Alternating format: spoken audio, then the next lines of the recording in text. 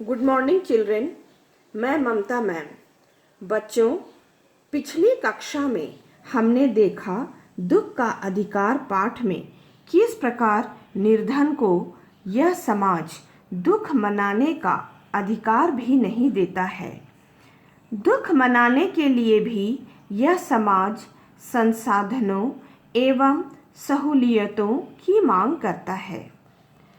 आज स्पर्श पुस्तक के गद्य भाग से दुख का अधिकार पाठ से व्याकरण भाग एवं आशय स्पष्ट से संबंधित चर्चा करेंगे।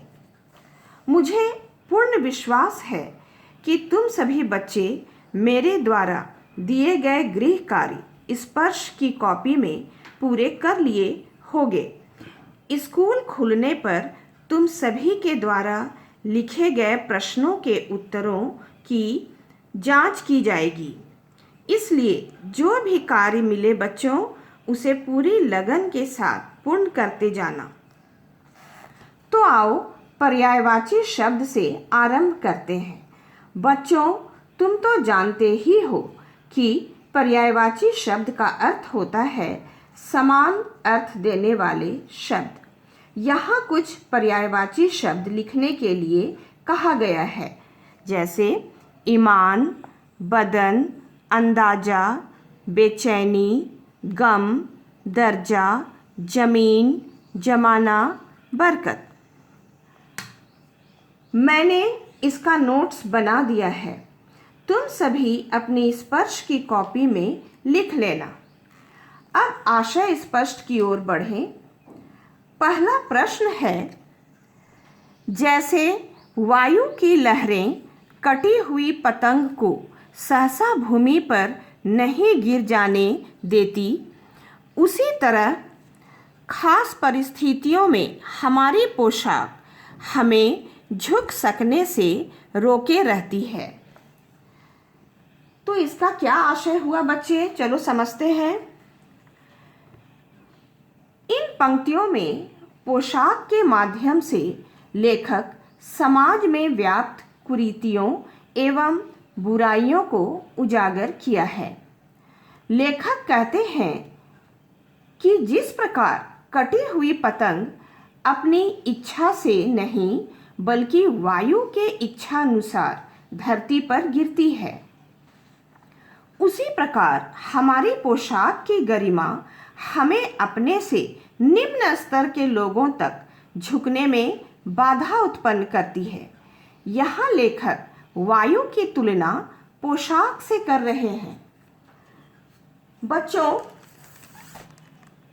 तुमने देखा होगा कि जब आकाश में पतंग की डोर कट जाती है तो वह एकदम से अचानक धरती पर नहीं गिरती, बल्कि ऐसा लगता है मानो वायु के आदेशानुसार लहराते हुए न चाहते हुए भी धीरे धीरे नीचे गिरती है। उसे देखने पर ऐसा लगता है मानो ऊंचाई पर चढ़ने के पश्चात नीचे आने में उसे संकोच हो रहा हो और विवशतावश वायु के आदेश से नीचे आना उसकी मजबूरी हो।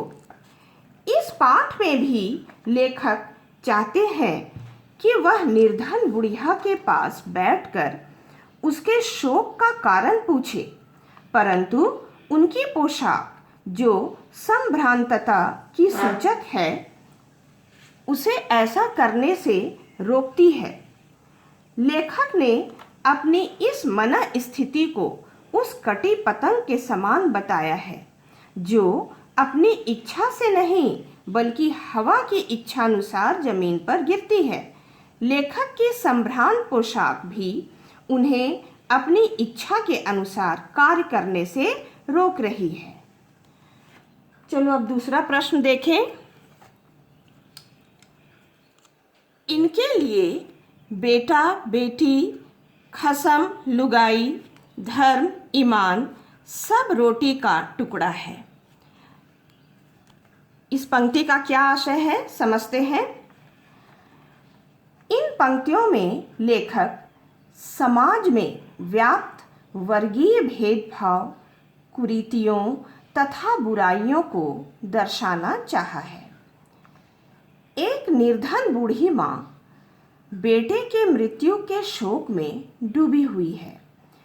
अपने पोता पोती तथा बहू के जीवन निर्वाह के लिए विवशतावश बेटे के मृत्यु के तुरंत बाद पैसे कमाने के लिए खरबूजों को लेकर बेचने के लिए उसे बाजार जाना पड़ता है।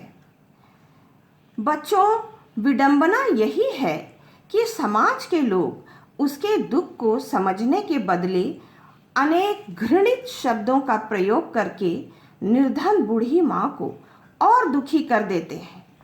उनके अनुसार गरीबों का कोई धर्म ईमान नहीं होता, उन्हें सिर्फ पैसों का लालच होता है। उनकी नज़र में पैसों के सामने इन गरीबों के पारिवारिक रिश्तों की कोई अहमियत नहीं होती। इस प्रकार लेखक अपने व्यंग्यात्मक लेखनी द्वारा समाज में व्याप्त इन कुरीतियों पर करारा चोट किए हैं। तीसरा प्रश्न देखते हैं। शोक करने, गम मनाने के लिए भी सहूलियत चाहिए और दुखी होने का भी एक अधिकार होता है। इन पंक्तियों में लेखक क्या समझाना चाह रहे हैं बच्चे? तो इन पंक्तियों में लेखक दुख मनाने के सामान्य भाव को किस प्रकार यह समाज वर्ग के अनुसार बांट दिया है, इसे दर्शाया है। लेखक कहते हैं, एक संभ्रांत महिला अपने पुत्र की मृत्यु के बाद 2.5 मास तक पलंग से नहीं उठ सकी थी। उन्हें 15-15 मिनट बाद पुत्र वियोग से मूर्छा आ जाती थी। मूर्छा आना मतलब बच्चे बेहोश हो जाना।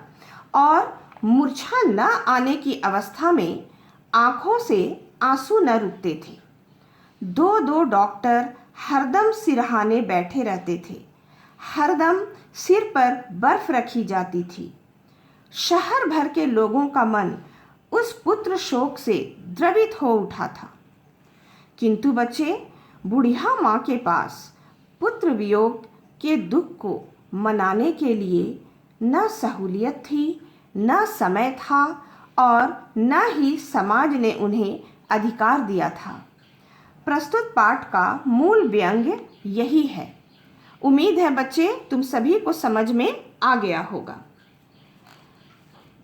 बच्चों, मैंने आशय स्पष्ट से संबंधित व्याख्या के भी नोट्स बना दिए हैं और अभी इस विषय पर जो चर्चा की गई, इससे तुम लोगों को पूर्ण रूप से समझ में भी आ गया होगा।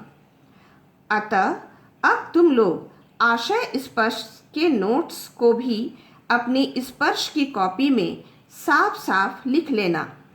अगली कक्षा तक पूरे हो जाने चाहिए। Thank you.